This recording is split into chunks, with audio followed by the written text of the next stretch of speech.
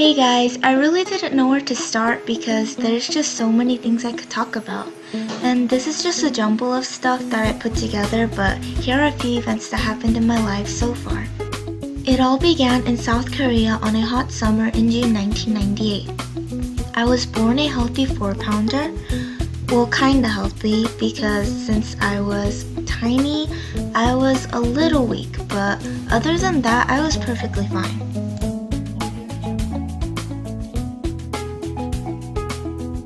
Okay, funny story. So apparently I didn't look human enough when I was born. And I just found this out 3 years ago when I went to go visit my family in South Korea who haven't seen me since I was born.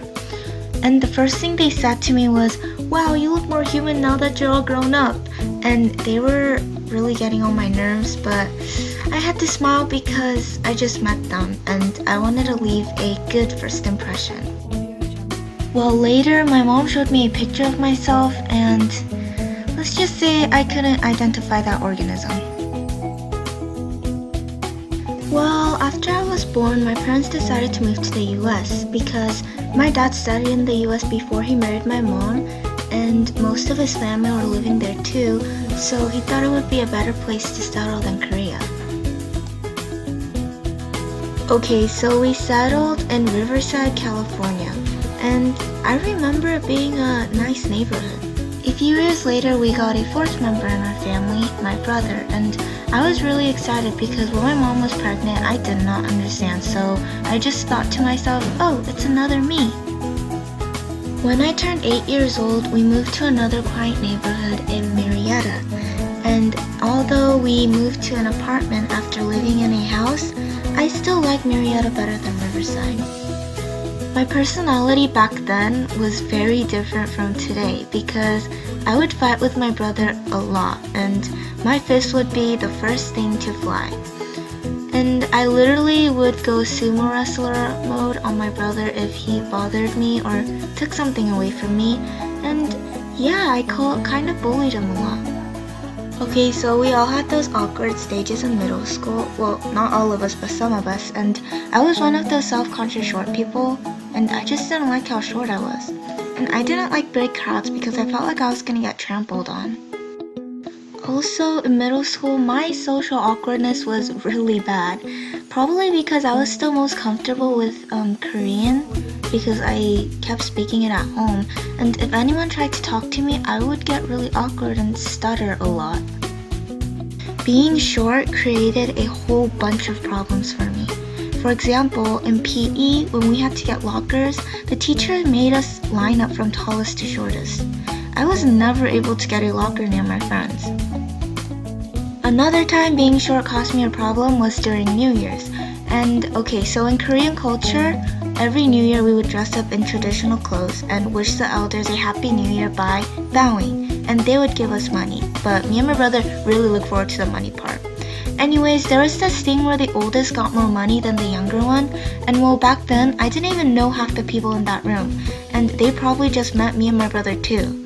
And when we got home, my brother and I checked our money bags, and he had 200 more bucks than I did. My brother was blown away because he never seen that much money in his life. I guess the hardest part of my childhood was being a PK or the pastor's kid. And me and my brother both had a rough time because every eye was on us since my dad was the senior pastor, and every move that we made, they would always keep an eye on us, and as we got older we stopped caring, but as little kids we were pressured. Okay, so some of us might have been through high school drama. Well, I have never been through high school drama, but I have been through church drama.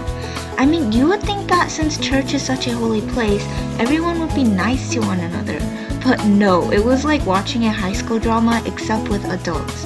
And yeah, they would end up fighting and one of them or some of them would stop coming to church. Okay, so every time that happened, my parents had to visit them and talk with those people for hours.